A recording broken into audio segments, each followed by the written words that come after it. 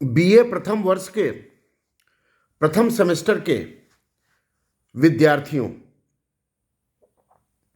मैंने गत दिनों भारतीय राष्ट्रीय आंदोलन के विभिन्न पक्षों पर आपसे बात की। अनेक विषयों पर मैंने अपने विचार आपके सामने रख दिए। सारे विचार कोर्स के अनुरूप हैं। अगर आप सारे विचारों को, आप सारे मेरे वीडियो को आप अगर 10 बार सुन लें तो आपको अध्याय अपने आप याद हो जाएंगे। बहुत अधिक किताब पलटने की, पन्ना पलटने की जरूरत नहीं है, सुनना जरूरी है। हमने जो भी वीडियो आपको दिए, उन वीडियो को जब भी आप खाली हों दिन में, आप उस वीडियो को सुने, गुने, मंथन करें और अगर आवश्यकता हो तो उससे अपनी पुस्तकों से उसमें सहारा ले सकते हैं। लेकिन समझाने के लिए राष्ट्रीय आंदोलन के प्रमुख मुद्दों को हमने अपनी बात आपके सामने रखी है। राष्ट्रीय आंदोलन के इस मुद्दे पर अब आपका अध्याय दिया गया सिलेबस में, वह है चार्टर एक्ट्स। चार्टर एक्ट्स भी राष्ट्रीय आंदोलन का एक महत्वपूर्ण पक्ष है। इसको आप संवैधानिक विकास के दायरे में रख सकते हैं। जितने भी एक्ट्स ब्रिटिश सरकार ने पास किए या भारत में लाए, वो सारे के सारे एक्ट्स भारतीय संवैधानिक इतिहास का एक महत्वपूर्ण पक्ष है और चार्टर एक्ट्स भी उसी का एक पार्ट है। चार्टर एक्ट का सवाल क्यों हुआ? ईस्ट इंडिया कंपनी ने भारत में व्यापार करने के उद्देश्य से अपनी जड़ें जमाई और उस कंपनी को रिन्यूअल करने के लिए बार बार आवश्यकता पड़ी। रिन्यूअल करने के लिए बार बार आवश्यकता पड़ी। ब्रिटिश पार्लियामेंट ने यह तय किया कि हर 20 वर्ष बाद हम चार्टर एक्ट को हम ईस्ट इंडिया कंपनी का रिन्यूअल करेंगे। इस आधार पर जो सबसे पहला चार्टर एक्ट आया, वह आया 1793 में। 1793 में चार्टर एक्ट आया। इस चार्टर एक्ट को 1793 का चार्टर एक्ट कहा जाता है। इसके मूल बिंदु क्या क्या थे, इसको समझने की जरूरत है। इसका मूल बिंदु पहला यह है कि ईस्ट इंडिया कंपनी की मोनोपोली और उसका पावर अथवा शक्ति जो भारत में व्यापार के लिए आई है, उसे रिन्यूड किया जाता है और यह रिन्यूअल अगले 20 साल तक के लिए होगा। और इस रिन्यूअल में सरकार चाहे तो कुछ पुनर्सुधार कर सकती है, नंबर 1 पर। दूसरा था कि ईस्ट इंडिया कंपनी को कंट्रोल करने वाले बोर्ड के सदस्य और उनके मातहत अधिकारी या स्टाफ की सैलरी, उनके खर्चे भारत के रेवेन्यू से, भारत द्वारा प्राप्त किए गए लगान से, टैक्स से प्राप्त किए गए धन से होगा। मतलब ईस्ट इंडिया कंपनी के जो अधिकारी होंगे, जो बोर्ड ऑफ गवर्नर्स होंगे, उनकी सारी सुविधाएं, उनका सारा वेतन, सब कुछ भारतीय करों से प्राप्त धन से अदायगी की जाएगी। यह दूसरा था। तीसरा था कि प्रत्येक अवसर, प्रत्येक वैकेंसी या प्रत्येक अवसर गवर्नर जनरल के कार्यालय के प्रत्येक वैकेंसी या प्रत्येक नियुक्ति जिसका रैंक काउंसिलर के रूप में होगा, जो कमांडर इन चीफ के रूप में होंगे, वे परमानेंट रूप से नियुक्त किए जाएंगे। मतलब कि commander in chief acted in this place until the permanent incumbent is appointed। जब तक परमानेंट अपॉइंटमेंट नहीं हो जाता तब तक गवर्नर जनरल या गवर्नर के ऑफिस के लोग काउंसिलर जो हों, ऑफिस के जो काउंसिलर होंगे वो इन पदों पर काम करते रहेंगे। चौथा था कि गवर्नर जनरल का अधिकार एवं कर्तव्य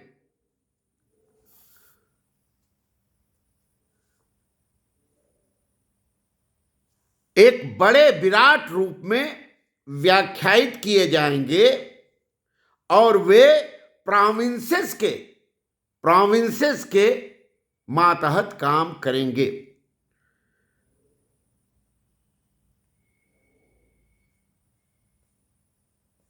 इस प्रकार 1793 का चार्टर एक्ट बहुत अधिक संवैधानिक महत्व का नहीं था, लेकिन प्रशासन के परिवर्तन के लिए, प्रशासन के इफेक्टिव चेंज के लिए, प्रशासन के परिवर्तन के लिए यह एक्ट महत्वपूर्ण था और इसने ईस्ट इंडिया कंपनी को एक मजबूत आधार दिया और इस एक्ट ने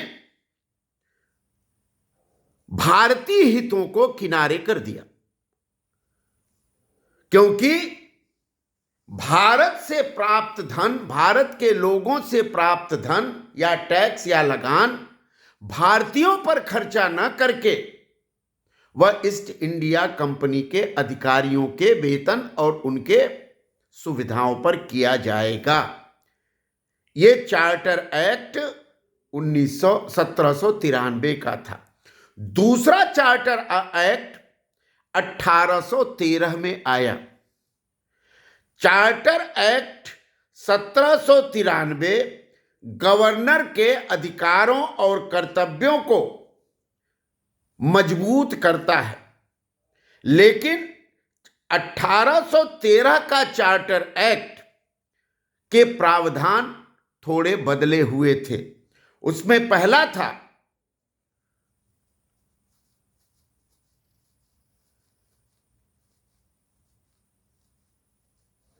कि ब्रिटिश शासन का सॉवरेंटी या संप्रभुता जो था वह ब्रिटिश क्राउन को समर्पित कर दिया गया, ब्रिटिश मुकुट को समर्पित कर दिया गया। दूसरा, ईस्ट इंडिया कंपनी का भारतीय व्यापार पर जो मोनोपोली थी उसे एबॉलिश कर दिया गया और ब्रिटिश ट्रेडर्स, ब्रिटिश व्यापारियों को भारत में व्यापार करने की खुली छूट दे दी गई।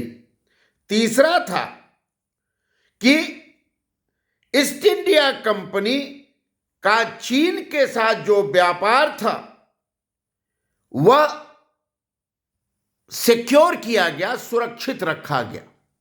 चौथा, क्रिश्चियन मिशनरीज को यह आदेश दिया गया कि वो भारत में ब्रिटिश सरकार से आदेश लेकर के अपने धर्म का, क्रिश्चियनिटी का प्रसार प्रचार कर सकते हैं। और पांचवा था कि ईस्ट इंडिया कंपनी 1 लाख रुपए वर्ष में खर्च करेगी भारत में, 1 लाख रुपया भारत में भारतीय रेवेन्यू के आधार पर खर्च करेगी। किस लिए? भारतीयों की शिक्षा के लिए, भारतीयों में शिक्षा का प्रचार करने के लिए। इसका मतलब था कि ब्रिटिश यह मान रहे थे कि भारतीय कुशिक्षित हैं, भारतीय अशिक्षित हैं। भारतीयों को आधुनिक शिक्षा देने की ब्रिटिश सरकार की परिभाषा के अनुसार आधुनिक शिक्षा देने की आवश्यकता है। और कंपनी जो 1 लाख रुपया प्रतिवर्ष खर्च करेगी शिक्षा के लिए, उससे ब्रिटिश सरकार को जो अधिकारी प्राप्त होंगे, जो प्रशिक्षित लोग प्राप्त होंगे, वो सारे लोग ब्रिटिश साम्राज्य और ब्रिटिश क्राउन के प्रति समर्पित होंगे और उनके प्रति वफादार होंगे। ये 2 चार्टर एक्ट आपको बताया। तीसरा चार्टर एक्ट 1833 में आया। ब्रिटिश सरकार ने निर्णय किया कि प्रत्येक 20 वर्ष बाद कंपनी को रिन्यू करने के लिए चार्टर एक्ट ले आएंगे, और ब्रिटिश पार्लियामेंट को यह अवसर दिया कि इसमें चेंज कर सकते हैं। भारतीय इसमें चेंज नहीं कर सकते, ब्रिटिश संसद इसमें चेंज करेगी। और इसमें ब्रिटिश प्रशासन को जो ईस्ट इंडिया कंपनी के रूप में काम कर रही थी, उसको और स्ट्रेंथन करने के लिए चार्टर एक्ट 1833 लाया गया। 1833 के चार्टर एक्ट में जो प्रावधान दिए गए वह यह था कि चाइना के साथ जो व्यापार कंपनी कर रही थी उसको एबॉलिश कर दिया गया, उसको समाप्त कर दिया गया। दूसरा, जो प्रोविंस अपने अधिकारों और से मरहूम थे और जो कानून नहीं बना सकते थे, वहां गवर्नर जनरल इन काउंसिल को यह अधिकार दिया गया कि वे भारतीय मामलों में प्रोविंसेस में कानून बना सकते हैं, उनको अपने ढंग से अधिकार दे सकते हैं। एक तरह से यह अधिकार भारत के प्रोविंसेस पर ब्रिटिश सुप्रीमेसी, ब्रिटिश अधिकार को मजबूत करने का यह कानून था इस चार्टर में। तीसरे में कहा गया कि जो प्रोविंस हैं भारत के, वो भारत के ब्रिटिश केंद्रीय सरकार के अधीन होंगे। सभी वित्तीय मामलों में वे ब्रिटिश केंद्रीय सरकार के अधीन होंगे। मतलब भारतीय प्रोविंसेस की स्वायत्तता, आर्थिक मामलों में उनकी आर्थिक मामलों में निर्णय लेने की क्षमता, निर्णय लेने के अधिकार को इस चार्टर ने बैन किया। प्रोविंस जो पहले के सैंक्शन लेटर थे कि प्रोविंस अपने पैसे का अधिकाधिक रूप से खर्च कर सकते हैं, उसको रद्द कर दिया गया। और इसके लिए छोटे लोगों को, छोटे व्यापारियों को, छोटे लोगों को सुरक्षित करने के लिए इसका केंद्रीकरण किया गया।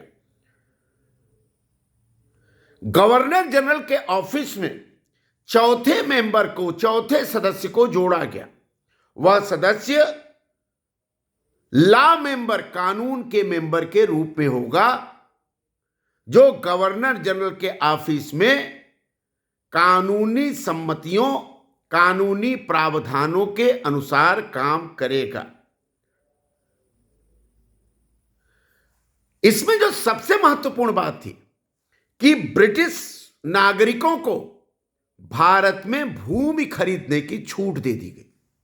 मतलब इस चार्टर एक्ट के माध्यम से ब्रिटिश चाहते थे कि इंग्लैंड से आने वाले ब्रिटिशर्स भारत में स्थायी रूप से बस जाएं ताकि उनकी सत्ता का सुदृढ़ीकरण हो सके।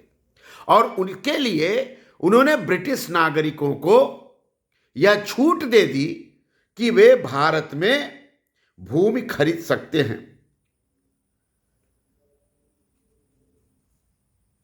यह भी इसमें कहा गया कि भारत का प्रत्येक नागरिक नौकरी पाने का हकदार होगा और उसको नौकरी उसकी योग्यता के आधार पर मिलेगी। यह भी इसमें तय किया गया।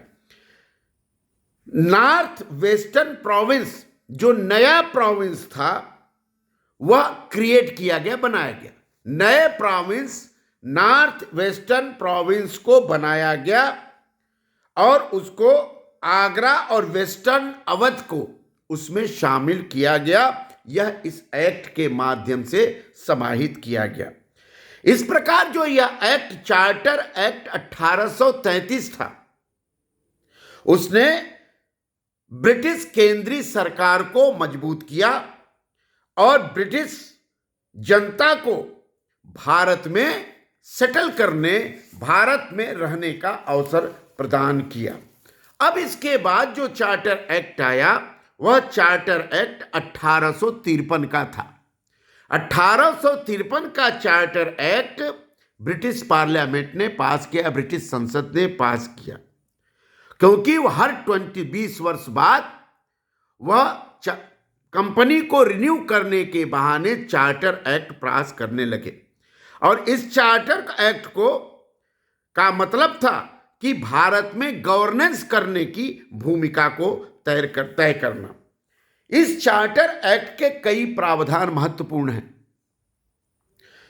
ब्रिटिश संसद ने भारत को चलाने वाले प्रशासन को और मजबूत किया और ब्रिटिश क्राउन को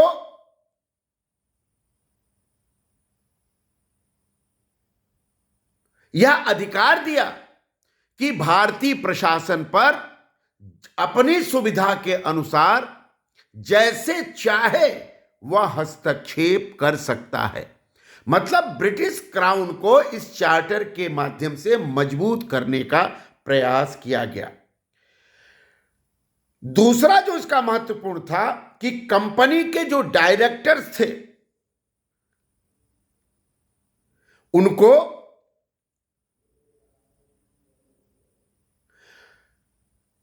वो 24 थे और 24 में से 18 पर विचार किया गया। उनमें से 6 को ब्रिटिश क्राउन के माध्यम से नियुक्त किया जाएगा। माने जो कंपनी के डायरेक्टर्स थे उसमें 6 डायरेक्टर की नियुक्ति ब्रिटिश क्राउन अपने अनुसार से करेगी। और इसमें यह भी कहा गया कि काउंसिल ऑफ गवर्नर जनरल की काउंसिल या मंत्रिमंडल और गवर्नर्स की नियुक्ति ब्रिटिश क्राउन की सहमति से होगी। इसके अतिरिक्त सिविल सर्विसेज एग्जामिनेशन में, ब्रिटिश सरकार में सिविल सर्विसेज एग्जामिनेशन में प्रतियोगी परीक्षा कराने का भी निर्णय हुआ। मतलब सिविल सर्विस के में जो लोग चुने जाएंगे, चाहे ब्रिटेन के हो चाहे भारत के जो लोग चुने जाएंगे, उनको प्रतियोगी परीक्षा पास करना पड़ेगा। जैसा आज स्वतंत्र भारत में भी सिविल सर्वेंट्स की नियुक्ति के संदर्भ में कंपटीशन या प्रतियोगी परीक्षा होती है। तो वर्तमान में जो सिविल सर्वेंट्स की नियुक्ति का जो प्रोसेस है भारत में, वह भी चार्टर एक्ट 1853 के अनुसार ही है। और उसके आगे कहा गया कि अलग तरह के लेफ्टिनेंट गवर्नर की नियुक्ति बंगाल के प्रशासन को चलाने के लिए की गई। बंगाल के प्रशासन को चलाने के लिए एक अलग तरह के, अलग प्रकार के या किसी अन्य लेफ्टिनेंट गवर्नर की नियुक्ति की गई और उस लेफ्टिनेंट गवर्नर से यह आशा की गई कि वह बंगाल का प्रशासन चलाने का काम करेंगे। 6 एडिशनल मेंबर्स गवर्नर जनरल के एग्जीक्यूटिव काउंसिल में 6 अतिरिक्त सदस्यों की नियुक्ति की बात की गई, जो कानून के निर्माण में अपनी भूमिका का निर्वाह करेंगे। और गवर्नर जनरल को यह अधिकार दिया गया कि वह, उसको अधिकार है कि किसी भी व्यक्ति को अगर आप करते तो उसको रिफ्यूज भी कर सकता है और अपने अनुसार उन मेंबरों की नियुक्ति भी कर सकता है।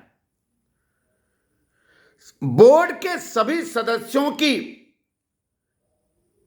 का वेतन और